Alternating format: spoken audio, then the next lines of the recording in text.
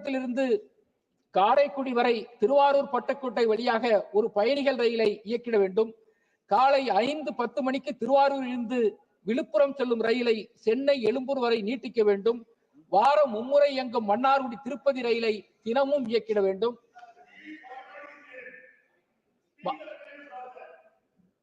மன்னார்குடி மயிலாடுதுறை ரயிலையும் விழுப்புரம் வரை நீடித்திட வேண்டும். திருவாரூர் காரைக்குடி தடத்தில் முத்துப்பேட்டை அதிராம்பட்டினம் நிலையங்களுக்கும், திருவாரூர் மயிலாடுதுறை தடத்தில் நன்னிலம் பூந்தோட்டம் பேரளம் நிலையங்களுக்கும், திருவாரூர் நாகப்பட்டினம் தடத்தில் கீழ்வேலூருக்கும், திருவாரூர் தஞ்சாவூர் தடத்தில் கொரடாச்சேரிக்கும் அனைத்து ரயில்களும் இரு மார்க்கத்திலும் நிறுத்தம் வழங்கிட வேண்டும். நிலையங்களிலும் ரயில்களிலும் பயணிகள் பாதுகாப்பிற்காக கூடுதலாக காவலர்களை பயன்படுத்திட வேண்டும். அமிர்த் பாரத் திட்டப்பணிகள் நடந்து வரும் நிலையங்களில் விரைந்து முடித்து உடனடியாக செயல்பாட்டு கொண்டு வர வேண்டும் என்று கேட்டு நன்றியோடு முடிக்கிறேன். நன்றி, வணக்கம். நன்றி. திரு மாதேஸ்வரன்.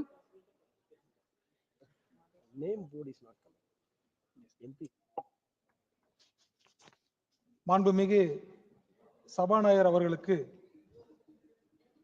அன்பான வணக்கத்தை உரித்தாக்கிக் கொண்டு, ஒன்றிய அரசினுடைய நிதிநிலை அறிக்கை தொடர்ந்து தமிழகத்துக்கு மனவேதனையை கொடுத்தாலும் அது ரயில்வே துறையையும் விட்டுவிடவில்லை என்பதுதான் உண்மை. இன்றைக்கு தென்னக ரயில்வேயிலிருந்து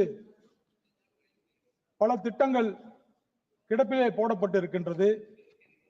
பல வருமானங்களை அள்ளி கொடுக்கின்ற தென்னக ரயில்வேக்கு இன்றைக்கு இந்த நிதிநிலை அறிக்கையிலே எந்த ஒரு திட்ட அறிக்கையும் இல்லை என்பதுதான் உண்மையான ஒரு விஷயம்.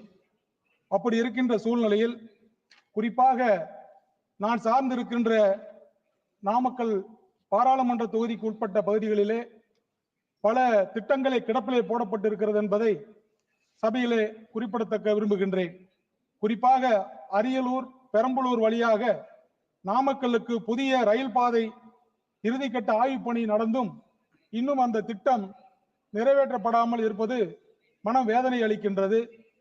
அந்த பணி தொடர்ந்து திருச்செங்கோடு வழியாக ஈரோடு செல்ல வேண்டும். அதற்குண்டான அந்த திட்டத்தை தயாரிக்க வேண்டும் என்றும் ஒன்றிய அமைச்சரிடம் அன்போடு கேட்டுக்கொள்கின்றேன்.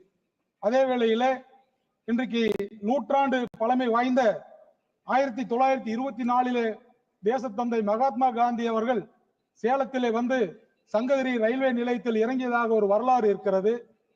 அவர் இறங்கிய அந்த ரயில்வே நிலையம் இன்னும் பழங்காலத்தில் இருக்கின்ற அந்த நிலை அப்படியே நீடித்துக் கொண்டு இருக்கின்றது. அதிலே எந்த விதமான புதிய திட்டங்களும் கொண்டு வரவில்லை. அதை அமிர்த் பாரத் திட்டத்தின் கீழே அந்த ரயில் நிலையத்தை கொண்டு வர வேண்டும் என்று இந்த இடத்திலே அன்போடு நான் கேட்டுக்கொள்கின்றேன். அந்த ரயில்வே நிலையத்துக்கு மேலும் மேம்பாலங்கள் இல்லாமல் பல பயணிகள் அவதிக்கு உள்ளாகிறார்கள் என்பதையும் அமைச்சர் கவனத்துக்கு கொண்டு வர ஆசைப்படுகின்றேன். அதே போல அந்த RS மேம்பாலம் என்பது அந்த பகுதிகளிலே மிக கடுமையான போக்குவரத்து நெரிசலை ஏற்படுத்துகிறது. அதற்கு ஒரு மேம்பாலம் அமைக்க வேண்டும் என்று சங்ககிரி RS நிலையத்துக்கு அன்போடு கேட்டுக்கொள்கின்றேன். அதே போல சென்னை கோயம்பேடு இன்டர்சிட்டி ரயில்வே நிலையம் அங்கே சங்ககிரியிலே நிற்பதில்லை. அதற்கு தயவு கூர்ந்து அங்கே நிற்பதற்குண்டான நடவடிக்கைகளை எடுக்க வேண்டும் என்று கேட்டுக்கொண்டு, ஆனங்கூர் ரயில்வே கேட் பகுதி மிக சிரமமாக இருக்கின்ற பகுதி. திருச்செங்கோட்டில் இருந்து குமாரபாளையம் செல்லுகின்ற அந்த பாதை 2 ரயில்வே கேட்டுகள் தொடர்ந்து இருப்பதனால் அங்கே அதிகமான நெரிசலை ஏற்படுத்திக் கொண்டிருக்கின்றது. அதனால் அங்கே ஒரு மேம்பாலம் அமைக்க வேண்டும் என்றும் கேட்டுக்கொண்டு, கொக்கராயன்பேட்டை பகுதிகளிலே அங்கே ரயில்வே மேம்பாலம் ஒற்றை மேம்பாலமாக தேர்வு செய்யப்பட்டிருக்கிறீர்கள். அதை இரட்டை மேம்பாலமாக கண்டிப்பாக கொண்டு வர வேண்டும். அதே போல மெட்ரோ ரயில் இன்றைக்கு கோவை மதுரை போன்ற பெரும் மாநகரங்களுக்கு இன்னும் வராமல் இருப்பது வேதனையை அளிக்கின்றது. அதே போல சென்னை எழும்பூர் தினசரி வண்டி இன்றைக்கு சேலம் வரை நின்று கொண்டு இருக்கின்றது. அதை தொடர்ந்து நாமக்கல் வழியாக கரூர் வரை நீடிக்க வேண்டும் என்றும், அதே போல சென்னை போடிநாயக்கனூர் அதிவேக ரயில் வண்டி வாரத்திற்கு 3 நாள் இயக்கப்படுகின்றது. அதை வாரந்தோறும் வாரத்திலே 6 நாட்களும் இயக்க வேண்டும் என்றும், அதே போல பாலக்காடு ஈரோடு மெமு ரயில் கரூர் அதாவது பாலக்காட்டிலிருந்து இன்றைக்கு ஈரோடு வரை வருகின்றது.